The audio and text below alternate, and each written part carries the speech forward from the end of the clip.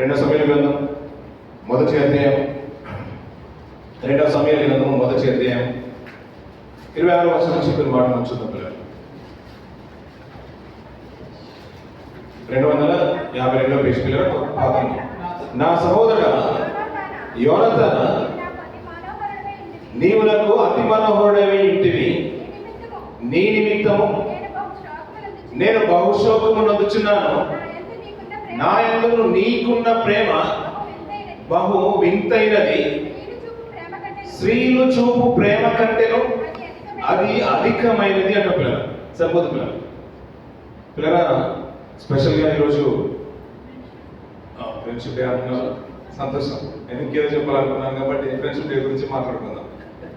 పిల్లరా, అందరూ ఎవరికైనా ఉన్న పిల్లలు ఎక్కువగా ఉన్నారు. మనకు కూడా స్త్రీల సమాజంలో కూడా అంటే ఫ్రెండ్షిప్ డే అంటే అది బాయ్స్కి సంబంధించింది కాదు, పురుషులకు సంబంధించింది కాదు.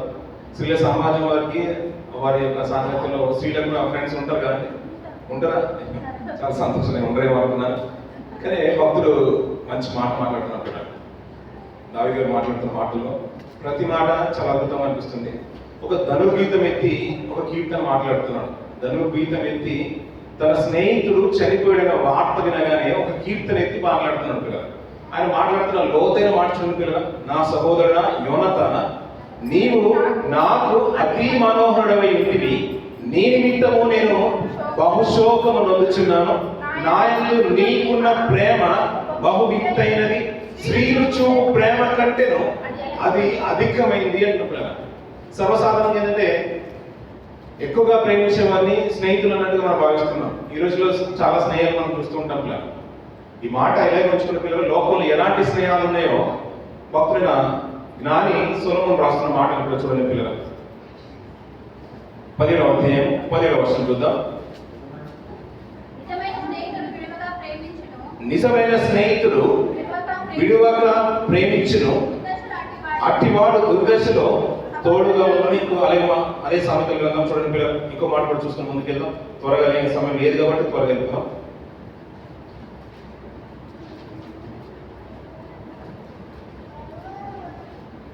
27వ అధ్యాయం 6వ వచనం. మేలును కోరి స్నేహితుడు గాయములు చేయను, పగవాడు లెక్కలేనని ముద్దులు పెట్టినట్టు పిల్లలు. ఈ వాక్య భాగాలు అన్ని కూడా బాగా తెలుసు, కానీ ప్రతిసారి వాక్యం అలాగే ఉంటుంది పిల్లలు.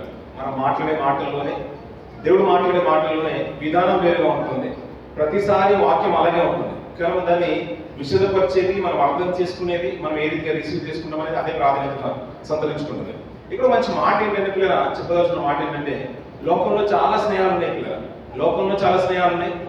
పరిశుద్ధ గ్రంథంలో కూడా భక్తుల జీవితంలో కూడా చాలా మంది స్నేహితులు ఉన్నారు, స్నేహితురాలలో ఉన్నారు పిల్లలు. అక్కడ స్నేహం ఎలా ప్రారంభమవుతుందంటే చిన్నప్పుడు పిల్లలు వీళ్ళు స్కూల్కి వెళ్ళకంటే ముందుగానే ఇంటి పక్కలో చుట్టుపక్కల ఆడుకున్న పిల్లలు అంటే ఊహ తెలిసిన తర్వాత మాటలు వస్తున్నాయంటే తను అంటూ ఉంటుంది, నా ఫ్రెండ్ డాడీ, ఫ్రెండ్ మమ్మీ అని చెప్తూ ఉంటారు. ఈ కేజీ అంటే నా కేజీ కంటే ముందు ప్రైమరీలోనే వాళ్ళకి స్టార్ట్ అవుతుంది. వచ్చిన తర్వాత ఎవరంటే వాడు నా ఫ్రెండ్ అయ్యాడు, నాకు ఇలా చేశాడు, నాకు హెల్ప్ చేశాడు, నాకు ఎరైజర్ లేకుండా ఆ రోజు ఎరైజర్ ఇచ్చింది, అందుకే నాకు ఫ్రెండ్ అయిపోయిందని ఎప్పటి నుంచి చూస్తున్నా చిన్న బాల్యం నుంచి మనం చూస్తూ ఉంటాం పిల్లలు. ఫ్రెండ్స్ అయిపోతున్నారు ఆడపిల్లలకు కానీ మగపిల్లలకు కానీ. చిన్నప్పటి నుంచి స్టార్ట్ అవుతుంది. ఎడ్యుకేషన్ పెరిగే కొద్దీ, క్లాసులు మారుతున్న కొద్దీ స్నేహాలు మారుతూ ఉంటాయి. ఉన్నవారు పాత వాళ్ళు అంటే గతించిపోతూ ఉంటారు, కొత్త వాళ్ళు యాడ్ అవుతూ ఉంటారు. అలా దుబాయ్కి వచ్చేసాం, కంపెనీలో జాబ్ వచ్చేసింది, అక్కడ ఫ్రెండ్షిప్ స్టార్ట్ అవుతుంది. సాహసాలు అనేది మారుతూ ఉంటుంది పిల్లలు. కానీ నిజంగా చెప్పాలనుకుంటే పిల్లల, మారేది స్నేహం కాదు పిల్లల, మాట వాస్తవం పిల్లలు. అంటే ఒప్పుకున్నా ఒప్పుకోకపోయినా మాట వాస్తవం. తరాలు మారుతున్నా, యుగాలు మారుతున్నా, మారందంటూ ఏదైనా ఉందంటే అది స్నేహం, ప్రేమ. అంటే అది మారుతుంది అంటే అది మనం ప్రేమించేది నిజమైన ప్రేమ కాదు, మనం స్నేహించేది నిజమైన స్నేహం కాదు. అందుకని భక్తుడి జీవితాన్ని ముందుగా మనం ఆ మాట బేస్గా అలాగే పెట్టుకుందాం పిల్లలు. కొన్ని సంవత్సరాల క్రితము తన దగ్గర ఆస్తిపాస్తులు ఉన్నాయని ప్రేమించలేదు దావీదు గారిని. దావీదు గారు అతన్ని ప్రేమించలేదు. యోనాతానే ఆస్తిపరుడై ఉంది. ఇంకా సామెతలు మంచి మాట మాట్లాడుతుంది. ధనవంతుడి కంట ఎక్కువ మంది స్నేహితులు ఉంటారంట. అంటే దుర్దశకు వచ్చినప్పుడంట స్నేహితుల్ని కోల్పోతున్నాడంట దరిద్రుడు. అంటే ధనవంతుడికి స్నేహితులు ఎక్కువ ఉంటారంట. నిజమేనంటారా? గతించిన దినాల్లో అంబానీ గారు ఒక పెళ్లి పార్టీ చేశారు కదా, మ్యారేజ్ పార్టీ చేశారు. అంబానీ గారు అందరికీ తెలుసు కదండి. పెళ్లి పార్టీ చేస్తే ఎంతమంది విఐపీస్ వచ్చారో మనకు బాగా తెలుసు పిల్లలు. ఇంకా రెస్లింగ్ స్టార్స్ వచ్చారు, ఫుట్బాల్ స్టార్స్ వచ్చారు, సింగర్స్ వచ్చారు. అంటే మనకి ఎక్కడ ఏదైతే గొప్పది అనుకుంటున్నామో అన్ని ఫీల్డ్లో నుంచి అంతమందిని తీసుకొని వచ్చేసాడు. అంటే అంత ధనవంతుడు కాబట్టి అంతమంది స్నేహితులు ఉన్నారు. ఒక దురదశకు వచ్చిన తర్వాత చాలా మంది మనల్ని విడిచిపెడతారు పిల్లలు. అది లోకం జగమెరిగిన సత్యం అంటారు. ఇది లోక విషయం పిల్లలు. కానీ పరిశుద్ధ గ్రంథంలో మాట ఏంటంటే దావీదు గారి దగ్గర ఆయనకు అంతవరకు ఆస్తి అంటూ ఏం లేదు.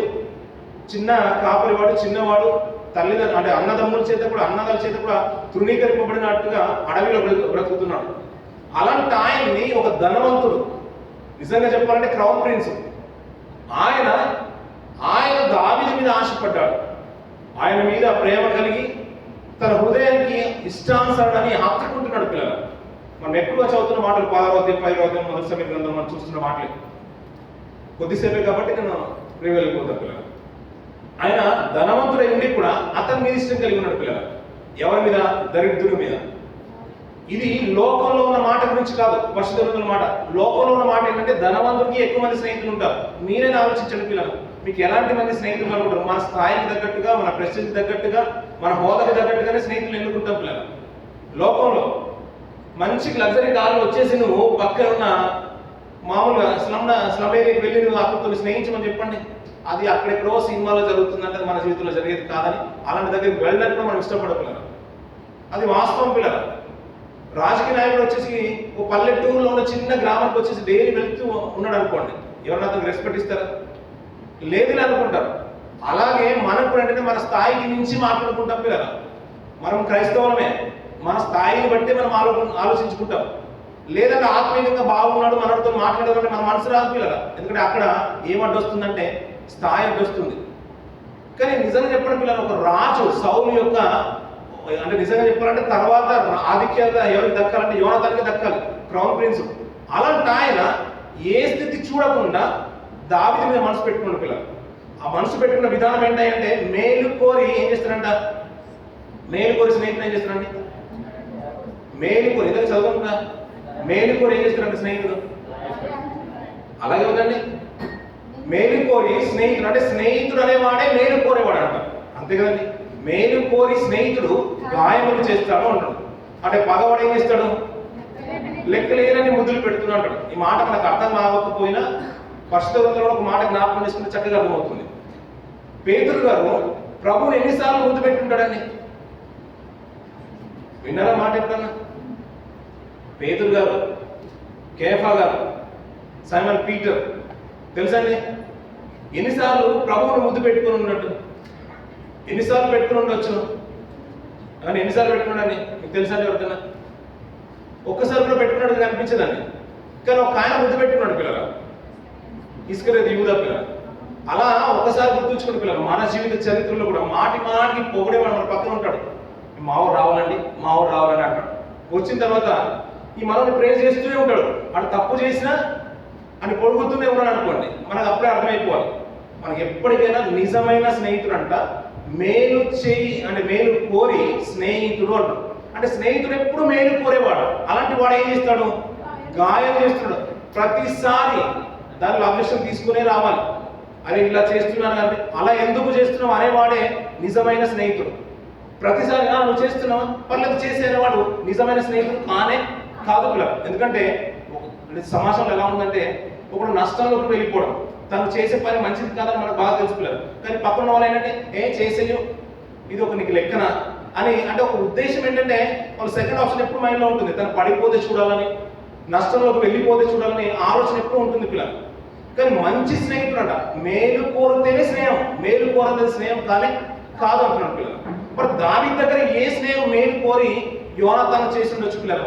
కానీ దావీదు చేసిన ఒకటి ఉంది పిల్లలు. ఇజ్రాయెల్ సమాజం అంతా కూడా తృణీకరింపబడుతున్నారు ఒక శత్రువు చేత. అలాంటి సమయంలో అలాంటి స్థానంలో ఉండి వారందరి పక్షంన తన ప్రాణాన్ని ఒడ్డేసి వారి దగ్గర నుంచి విజయాన్ని చేకూర్చబడ్డాడు. ఆ విజయాన్ని చేకూర్చిన స్థితిని బట్టి వెంటనే యోనాతాను గారి మనసు దావీదుతో టైప్ అయిపోయింది పిల్లలు. అప్పుడు ఒక నిబంధన చేసుకుంటున్నారు పిల్లలు. ఎలాంటి నిబంధనలు మార్చడం పిల్లలు? సమూయేలు గ్రంథం, మొదటి సమూయేలు గ్రంథం, త్వరగా తీద్దాం పిల్లలు.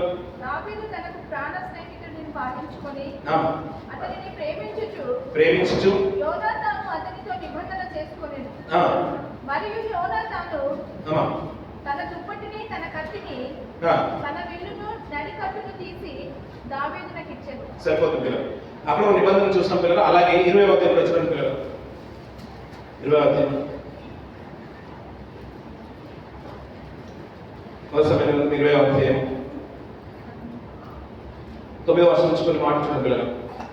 యోనాతాను ఆ. ఆ మాట ఎన్నటికీ ఆ. నా తండ్రి నీకు కీడు చేయను, ఆ.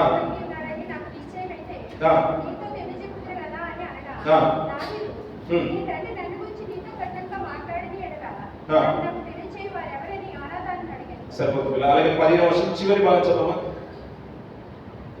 నేను చనిపోయిన ఎడల యెహోవా దావీదు శత్రువులను ఒకడైనా భూమి మీద నిలవకుండా నిర్మూలన చేసిన తర్వాత నీవును నా సంతతి వారికి దయచూపకపోయిన ఎడలేమి యెహోవా నిన్ను విసర్జించిన గాక. ఆ, ఆ. ఆ. యోనాతాను దావీదు సంతతి వారిని బట్టి నిబంధన చేసెను.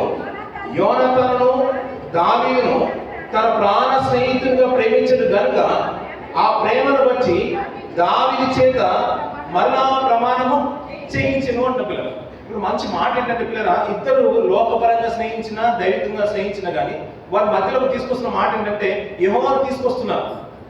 దేవుని నిబంధన ఏంటంటే మధ్యలోకి వాక్యాన్ని తీసుకొస్తున్నారు. దేవుడే మనకు ప్రమాణం, నువ్వు నాకు ప్రమాణం చేయి, తర్వాత రాజ్యం నీదవుతుంది.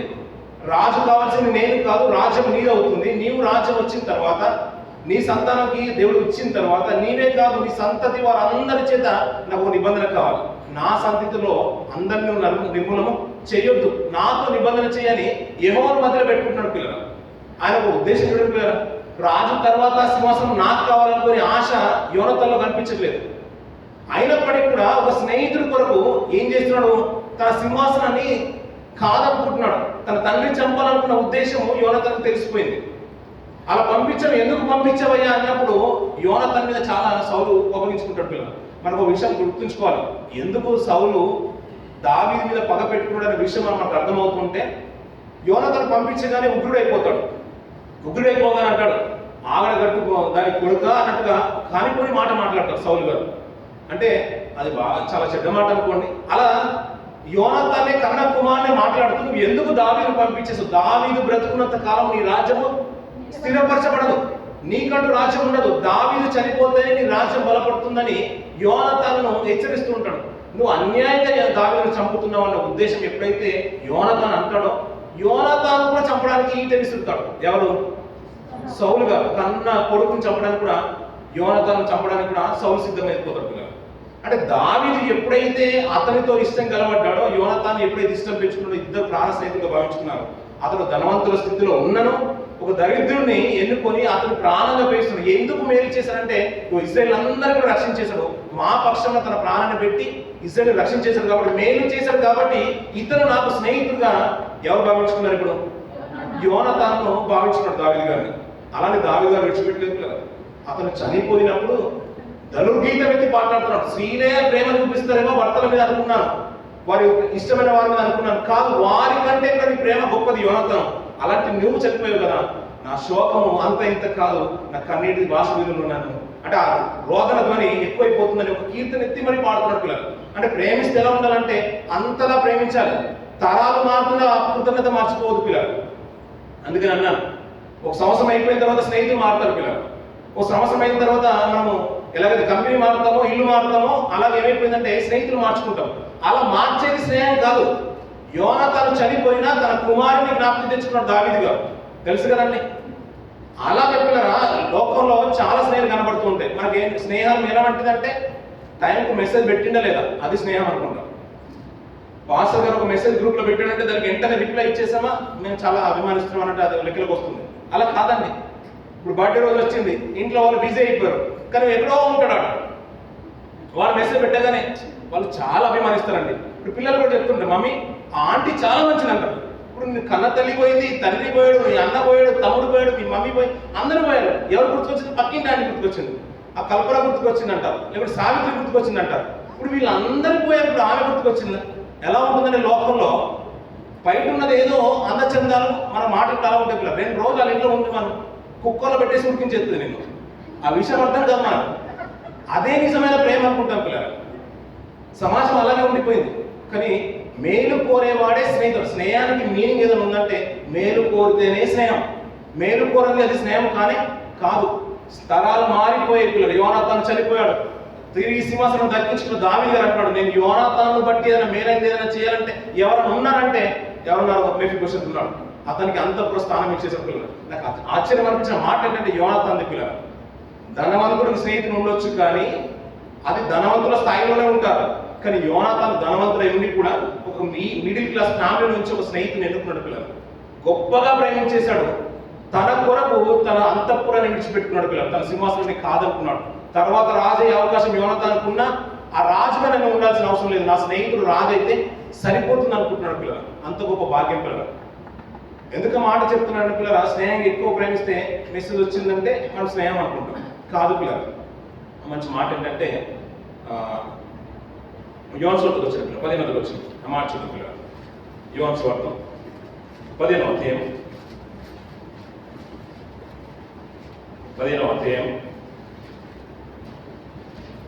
11వ వచనం నుంచి మాట చూద్దాం పిల్లలు. మీ యందు నా సంతోషం ఉండవలెనని, మీ సంతోషం పరిపూర్ణం కావాలని మీతో చెప్పుచున్నాను. నేను మిమ్మల్ని ప్రేమించిన ప్రకారం మీరు ఒకరినొకరు ప్రేమించుకోవాలి. సరిపోతుంది పిల్లలు. ఇక్కడ మాట్లాడు పిల్లలు. మీ యందు నా సంతోషము ఉండవలనని, మీ సంతోషము పరిపూర్ణము కావాలని ఈ సంగతులు మీతో చెప్పుచున్నాను. మనకు రైట్ టైంలో ఎవరైనా సాయం చేశారనుకోండి, మేలుతోనే ప్రారంభమవుతుంది స్నేహం పిల్లలు.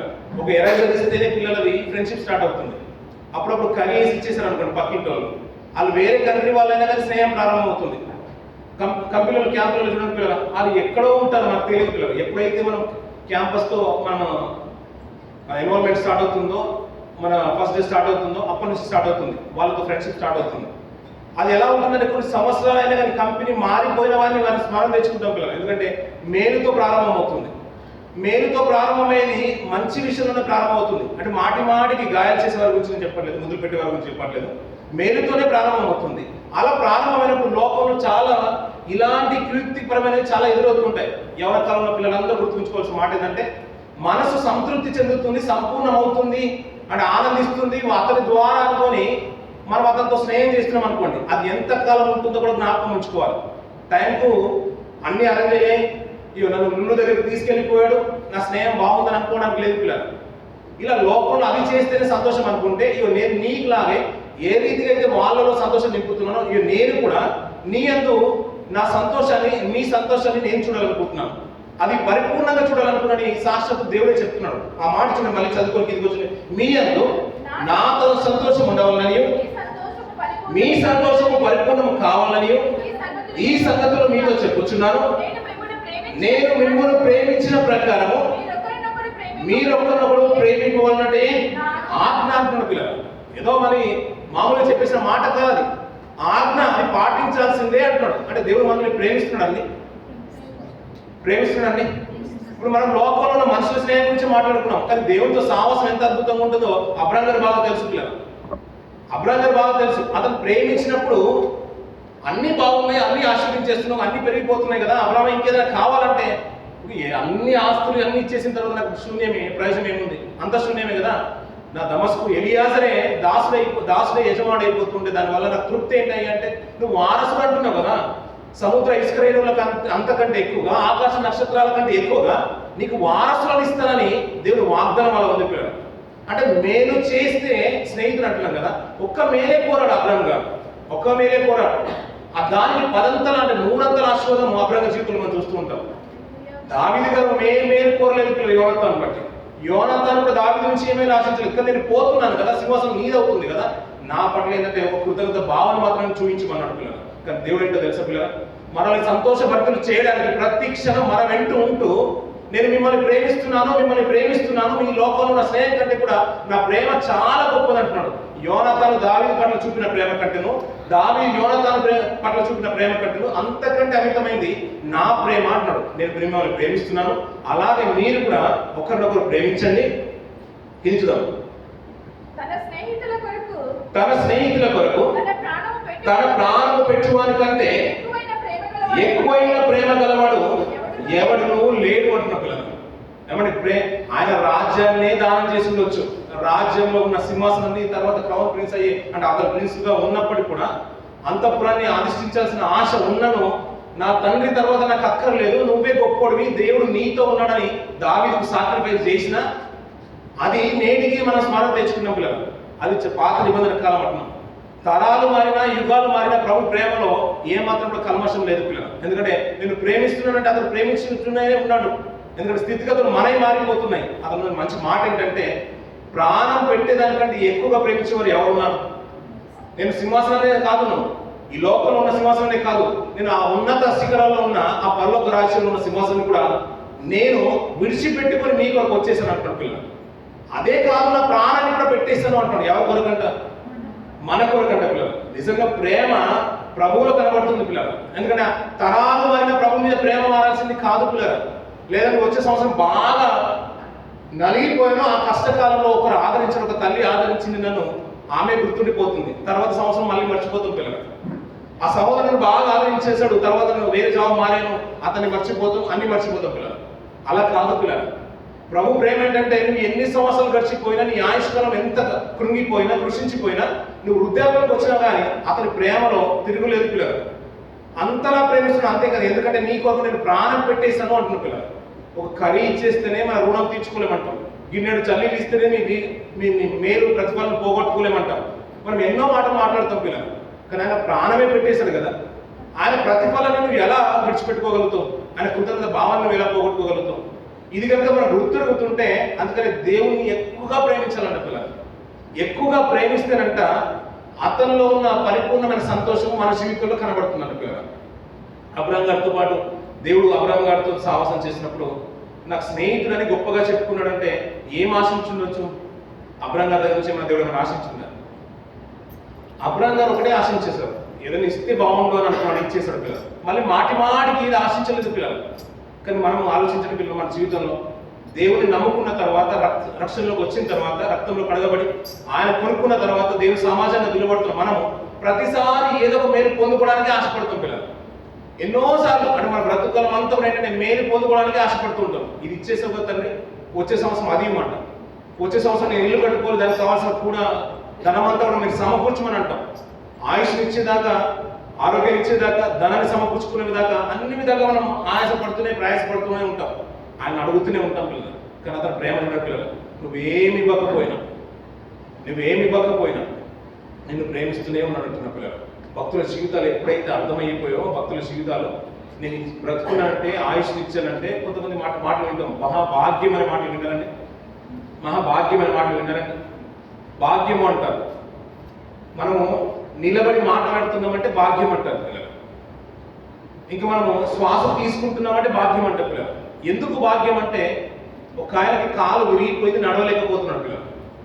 మనం నిల్చున్నాము, కాలు విరగలేదు, మనం నిల్చున్నాము, నడుస్తున్నాము, అది మహాభాగ్యం. ఎందుకంటే అతనికి విరిగిపోయి నడవలేకపోతున్నాడు. ఒక ఆయన శ్వాస తీసుకోలేకపోతున్నాడు, నువ్వు తీసుకుంటున్నావు, భాగ్యం. అంటే ఇలా భాగ్యవంతుల గురించి మాట్లాడుతున్న అందరూ భాగ్యవంతులు పిల్లలు. కానీ దేవుడు ఇచ్చిన ప్రతి మాట నీ కనుక మనసులో ఉంటే అతడు ప్రేమించేస్తాడు. నువ్వు కృతజ్ఞతగా నువ్వు ఏమి ఇవ్వగలుగుతావు? ఎప్పుడు ఒక మంచి మాట మాట్లాడుకుంటాం. మీక గ్రంథంలో నేను ఏమి 6వ అధ్యాయం 6, 7, 8 వర్షంలో మనం చూస్తుంటాం. నేను ఏమి తీసుకుని వచ్చి నేను దర్శించును, నీ సన్నిధిని కనబడుతున్నట్టు. ఎందుకు కనబడాలనుకుంటున్నా ఆయన? ఏమండి మాట విన్నారండి ఎప్పుడన్నా? అనగానే అక్కడికి వెళ్ళేసి చదవడం కాదు పిల్లలు. ఎప్పుడన్నా విన్నారా మాట? ఆయన ఎందుకు ఆయన దర్శించాలనుకుంటున్నాడు? నేను ఏం తీసుకుని రావాలన్నా? వేలాది దూడలనా, వేలాది పొట్టెలనా, విస్తారమైన తైలన్నా, ఇవన్నీ తీసుకుని వచ్చి ఎందుకు ఆయన దర్శించాలనుకుంటున్నాడు? నా అతిక్రమము నిమిత్తము అంటాడు. 6, 7 వర్షం 7వ వర్షం చూడమ్మా. 7వ వర్షమా 6, 7వ వర్షం.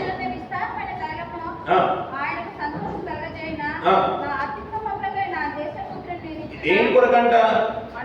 నా అతిక్రమం చేసిన తప్పుకు ఏమి తీసుకుని వచ్చి సరిపోదు. నా అతిక్రమములకై నా జ్యేష్ఠపుత్రుని నేను ఇస్తున్నా అంటున్న పిల్లలు. అంటే చేసిన అతిక్రమాన్ని బట్టి నేను ఎన్ని చేసినా నీ రుణం తీర్చుకోలేను అంటున్న పిల్లలు. మనము అన్ని పాపాలు చేసేసాం పిల్లలు. ఆయన మనల్ని ప్రేమించి తన ప్రాణమే పెట్టేశాడు పిల్లలు. ఎన్ని మేలు పొందుకున్న పిల్లలు. మనం కూడా మేలు కోరి స్నేహితుడు అంటున్న పిల్లలు. మనం ఎన్నో మేలు పొందుకున్నాం కదా దేవుని దగ్గర నుంచి. ఏమైనా పొందుకున్నామండి? వింటున్నారా బైబిల్ మూసేశారా? వింటున్నారా? పైకి వెళ్ళిన పిల్లలు ఇంటికి వెళ్ళిన తర్వాత చదువుతున్నాం కానీ మేలు కోరేవాడే స్నేహితుడు అంటుంది కదా. ఆయన దగ్గర నుంచి మేము ఎన్నో మేలు పొందుకున్నాం కదండి. మరి మనం ఎందుకండి ఆయనకు కనెక్ట్ అవ్వమన్నాం? మనం ఎందుకు ప్రభుత్వం కనెక్ట్ అవ్వలేకపోతున్నాం? ఒక్క మేలు పొందుకున్నందుకే యోనాతాను దావీదుతో కనెక్ట్ అయిపోయాడు పిల్లలు. మరణం వరకు నిబంధన దేవుని పెట్టుకున్నాడు. మనకు మధ్యలో ఉండాల్సింది ఏంటంటే యెహోవా ఉన్నాడు నిబంధన. దాన్ని మీరాల్సింది నువ్వు కావు. నువ్వు ఒకవేళ రాజ్యం నీదైపోయినా శత్రువులందరూ నువ్వు సంహరించినా నా కుటుంబంలో శేషించిన వాళ్ళు ఒక్క నెలలో మిగిలించాలి, నా సంతానాన్ని నిర్మూలన చేయడానికి వీలు లేదు. యెహోవాయే సాక్షి అంటున్నాడు. దావీదు పొందుకున్న మేలు బట్టి ఆ కృతజ్ఞత భావన చిట్ట చివరి వరకు దావీదు గుర్తుంచుకున్నాడు పిల్లలు. మనం ఎన్ని మేలు పొందుకున్నాం పిల్లలు దేవుని దగ్గర నుంచి. మనం ఎందుకు దేవునితో ఒక నిబంధన చేసుకోలేకపోతున్నాం? ప్రాణం పెట్టింది ఆయన, ఆరోగ్యాన్ని ఇచ్చింది ఆయన, ఆయుష్ని ఇచ్చింది ఆయన. మనం నిలబడుతున్నందుకే ఆయన కృప పిల్లలు. ఈ స్థితిలో నిలబడలేని వారు చాలా మంది ఉన్నారు పిల్లలు. తింటేనే చనిపోయేవారు చాలా మంది ఉన్నారు పిల్లలు. ఎక్కువ మోతాదులో తీసుకుంటేనే చనిపోయేవారు చాలా మంది ఉన్నారు పిల్లలు. ఇవన్నీ కాకుండా ఆరోగ్యవంతులుగా కుటుంబంలో చిన్నపిల్లలతో పాటు సహవాసంలో ఒక యవన కాలంలో ఉంటూ సంఘంలో ఈ రీతిగా మనం డ్యూటీ చేసుకుంటూ పరాయి దేశంలో ఉంటూ కూడా ఆరోగ్యవంతులు ఉన్నామంటే అది కృపే కదా పిల్లలు. ఎన్ని మేలు చేసుకుంటారని పోయిన సంవత్సరం మీ జీవితంలో వెనుక తిరిగి చూసుకుంటే మీకు అర్థమైపోతుంది పిల్లలు. మనం ఈ రోజు ప్రతిరోజు ఉదయకాలం లేసామంటే ఆయన కృప పిల్లలు. 4 మెతుకులు లోపలికి వెళ్ళిపోయి అది డైజెషన్ అవుతుందంటే కూడా ఆయన కృపే పిల్లలు. ఎన్నో మేలు పొందుకున్నాం కదా. మరి దేవుడితో మనం ఎందుకంటే కనెక్ట్ అవ్వలేకపోతున్నాం? అది విడివక ఎలా ఉండాలంటే ఎన్ని తరాలు మారిన సంవత్సరం అయిపోయిందంటే ఆ సంవత్సరంలో చేసే మేలును బట్టి ఈరోజు సంవత్సరం గొప్పగా మాట్లాడేసుకుని వచ్చే సంవత్సరంకి రాదు రానే రాదు. ఎందుకంటే మేలు అందరితో పూర్తి అయిపోయింది. నువ్వు ఆ రోజు మేలు చేసావు కాబట్టి ఈరోజు నేను సమర్పించేసుకున్నాను అయిపోయింది అన్నట్టుగా అలాగే ఉంటాం.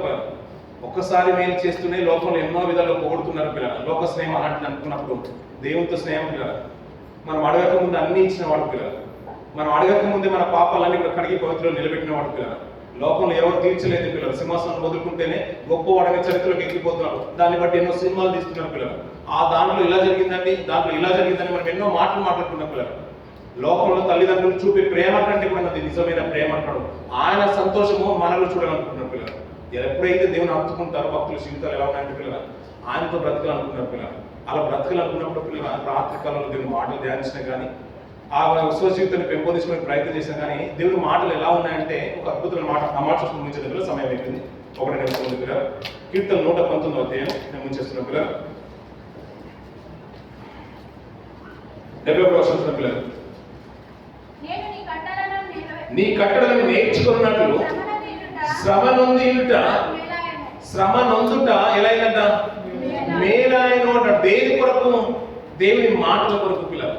అలా మాట్లాడుతున్నప్పుడు పిల్లలు దావీదు రాజు అయినప్పటికీ కూడా దేవుని మాటలు పిల్లలు అనేక ప్రాంతాల్లో వింటూ ఉండడానికి ప్రయత్నం చేశాడు. సేవకుల దగ్గరికి వెళ్ళేవాడు, ప్రసంగాలు వింటూ ఉండేవాడు. వింటూ జ్ఞానాన్ని పెంపొందించుకుంటూ దేవునితో సాహసం చేస్తూ ఉంటే పిల్లలు దాని వల్ల ప్రతి శ్రమను మేలుకరంగానే భావిస్తున్నాడు పిల్లలు. దేవుని వాక్యం నేర్చుకోవడానికి మనం ఎంత శ్రమ పడతాం పిల్లలు. దేవుని సన్నిధికి రావడానికి మనం ఎంత శ్రమ పడతాం పిల్లలు. అన్ని కంఫర్ట్గా ఉంటేనే సాహసం వస్తాం పిల్లలు. టైంకి అన్ని బాగుంటాయి. లాండ్రీ బట్టలు రెడీగా ఉంటేనే, మంచి బట్టలు ఉంటేనే, మ్యాచింగ్ ఉంటేనే, కస్టమర్ ఏది లేకుంటేనే, కార్ బాగుంటేనే, ఏసీ పనిచేస్తేనే, అన్ని బాగుంటేనే కంఫర్ట్ జోన్లో వస్తాం పిల్లలు.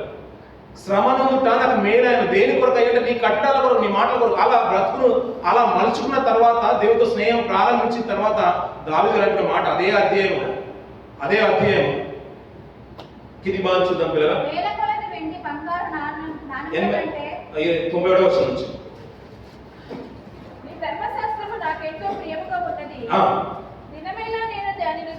ధ్యానించుచున్నాను నీ ఆజ్ఞలు నిత్యము నాకు తోడుగా ఉన్నవి. నా శత్రువుల మించిన జ్ఞానము అవి నాకు కలుగజేయుచున్నవి. నీ శాసనమును నేను ధ్యానించుచున్నాను. కావున నా బోధకులందరికంటే నాకు విశేష జ్ఞానము కలదు. నీ ఉపదేశం నేను లక్ష్యం చేయించున్నాను. కావున వృద్ధుల కంటే నాకు విశేష జ్ఞానము కలదు అంటున్నారు. జ్ఞానం ఎలా వచ్చిందంటే అందరి దగ్గర సేవకుల దగ్గరికి వెళ్ళి వాక్యాలు వింటున్నాడు. తన వాక్యని తన డెవలప్ చేసుకుంటూ ఉన్నాడు పిల్లలు. ఆ మాటలు వింటున్న కొద్దీ ఆయన అనిపించింది ఏంటంటే, దేవా నువ్వు నాతో ఉన్నావు కాబట్టి ఇప్పుడు జ్ఞానాన్ని నేను సంపాదించుకున్నాను. నేను అలా చూసుకుంటే అక్కడ ఉన్న సేవకులందరికంటే ఇప్పుడు జ్ఞానం ఉంది. అక్కడ వృద్ధులైన వాడు చాలా మంది ఉన్నారు. నీవు నాతో ఉన్నావు కాబట్టి నేను నీ మాటలు ప్రేమిస్తున్నాను కాబట్టి అది ఇంపైనదిగా దొరుకుతుంది, ప్రియముగా కనబడుతుంది అంటాడు. అలా ఉంటూ ఉంటే శత్రువుల కంటే ఇప్పుడు అవిశేష జ్ఞానాన్ని దావి సంపాదించుకున్నాడు పిల్లలు. అదే స్నేహితుల కంటేనే జ్ఞానం సంపాదించుకునే గొప్ప విషయం. మనకు శత్రులైన వారు వాక్యాన్ని బాగా నేర్చుకున్నారు అనుకోండి, పాటలు బాగా పాడేవాళ్ళు ఇంకొక పాటలు పాడే స్నేహితుని సాహసం చేయలేదు పిల్లలు. సాహసం చేసిన గొడవ ఉంటుంది మధ్యలో, అది మన బయటకు కనిపించదు. అది అంతర్గతంలో లోపల అంతర్ముఖంలో జరుగుతూనే ఉంటుంది, దాడి జరుగుతూనే ఉంటుంది.